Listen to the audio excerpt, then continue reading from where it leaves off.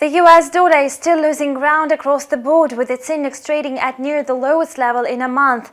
The pound sterling has benefited the most from the dollar's weakness. The Canadian dollar has also retreated from its lows ahead of the policy meeting of the Bank of Canada. Lately, Donald Trump threatened again that more tariffs would be imposed on a variety of imports.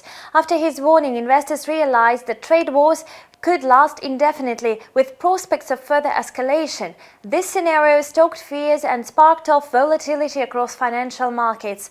Last week, the volatility index VIX sank below 12 points.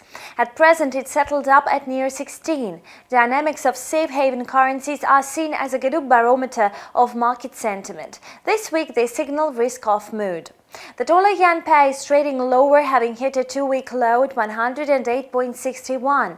The Swiss franc also rallied versus the greenback. The franc climbed to a four-week peak. Nevertheless, demand for safe haven assets eased following the news from Bloomberg.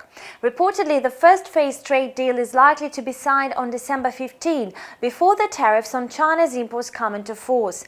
Today, the US dollar index tumbled to 97.65.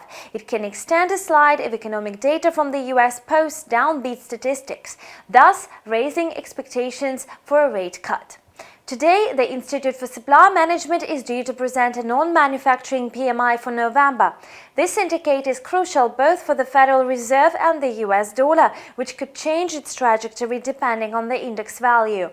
The pound sterling has been the best performer on forex. Yesterday jumped to its highest level in 6 weeks amid the broad-based weakness of the US dollar. The US dollar versus the Canadian dollar pair has also given in to the selling pressure. The currency pair is trading at 1.3268, having dropped sharply from the level above 1.3300 since yesterday. Traders shift focus towards the policy meeting of the Bank of Canada. If the regulator signals its plans on further monetary easing, the US dollar versus the Canadian dollar pair will reverse upwards. Traders are mostly interested in the press conference by Governor Stephen Poloz. He is going to clear up the central bank's stance and provide assessment of the current economic conditions in the country. If the governor expresses hawkish rhetoric on monetary policy, it will be bullish for the Canadian dollar.